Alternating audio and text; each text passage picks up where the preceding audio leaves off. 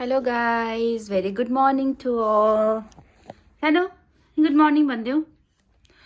हामी चाहिँ अलि उठेर हल्का फ्रेस भएर नास्ता खाएर बसेको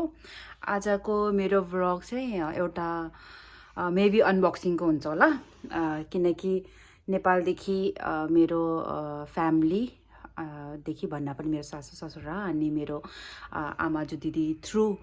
एउटा गिफ्ट मलाई चाहिँ हामीलाई चाहिँ पठाइदिनु भएको छ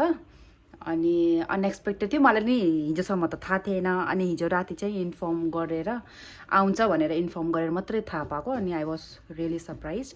अनि अहिले चाहिँ मर्निङको 9:30 10:30 भएको छ अब मर्निङमा मेबी आउन सक्छ मेरो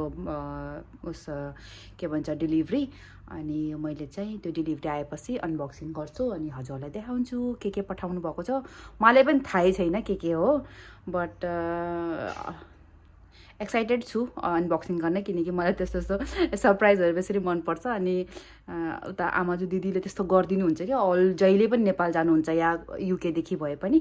पठाइदिनुहुन्छ अनि सरप्राइज दिइराख्नुहुन्छ कि कस्तो ब्लेस्ड फिल हुन्छ अहिले नि मैले थ्याङ्क यू भन्छु सबै मेरो फ्यामिलीहरूलाई अनि मेरो भिडियो चाहिँ मैले कन्टिन्यू गर्छु त्यो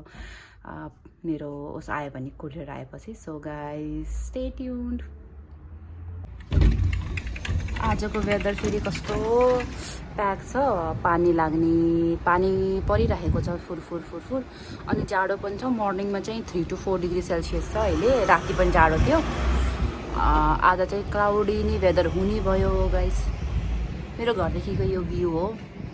अनि अहिले मर्निङ भएर अब ब्रेकफास्ट गरेर अनि मैले चाहिँ कोरियरको वेट गर्छु गाइसはいすいませんありがとうございますごめんね。ごめんなさいありがとうございます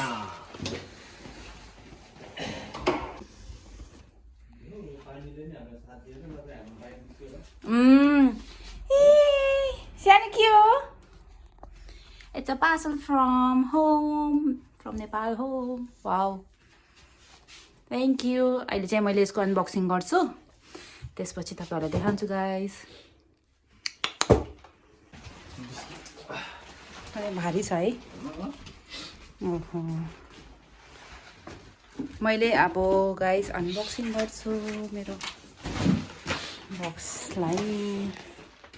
कति धेरै कति ठुलो के ओ मेरो पुन्टे बराबर रहेछ ल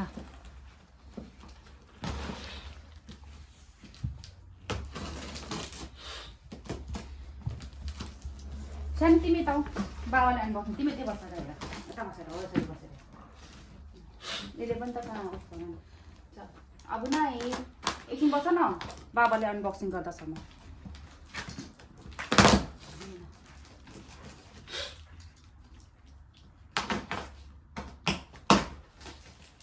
आजको वेदर चाहिँ कस्तो ओहो ओहो सबै फालाफल उस भएर रहेछ त है पुरै छ है प्याकेट ओहो पुरै बाहिर पुन्टेले हालै मुखमा फेरि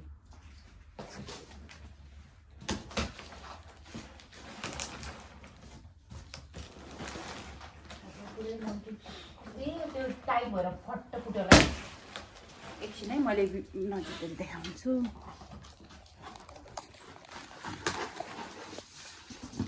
यसरी हामीले अनबक्सिङ गर्दैछ गाइस बट बिचारा धेरै प्याक भएर होला है त्यो हावा भरेको त्यो प्याकेजिङमा अलि टाइट भएर हो कति होइन एकछिन यसले केमा खनाउने होला यार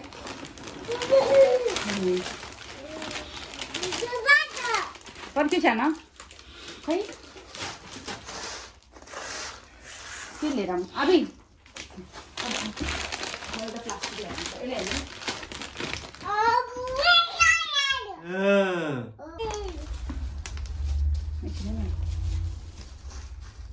अझै देऊ डाडालाई देऊ हेल्प गर डाडालाई तिमी त्यस्तो पनि होइन पुरा पिरो लाग्छ त्यो मिक्समा बच्चासँग नि अनबक्सिङ गर्न त गाह्रै हो कि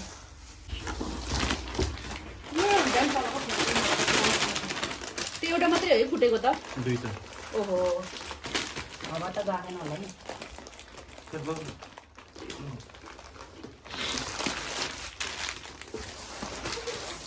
ए चटपट माया चटपट हो कान्छालाई होला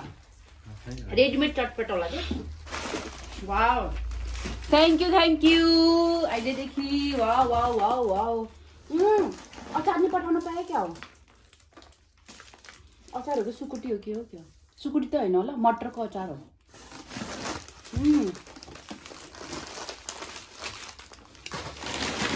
मैले त कोकोनट यो कान्छाको होला यो उसको मिठो त होइन बिहाको यो मिठाई पठाइदिनु भएको छ मेबी हो मैले त खाना पाउने भयो मिठाई वाउ खाउँ त हल्का हो सरी थ्याङ्क यू जिलिङ्गा मैले त कान्छालाई पठाइदिनु पर्यो यो पनि घिउ होला यो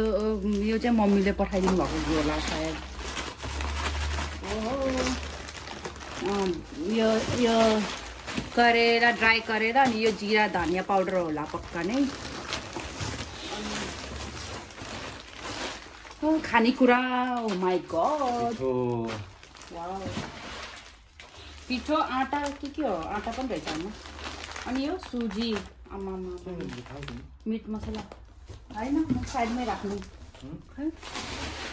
यो के हो यो पनि पिठो हो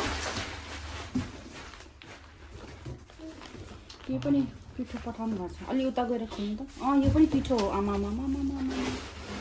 के हो यति धेरै खाजा पिठो मात्रै हेर्नु त कति धेरै वाउ यो पनि के को पिठो आमालाई अहिले भिडियो कल गरेर अनि यो अचार उसको अचार हो के स्वादिष्ट अचार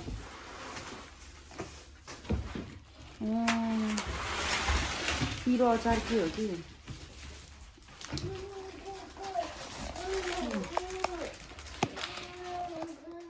यति धेरै कौशली आएको छ हाम्रो नेपालदेखि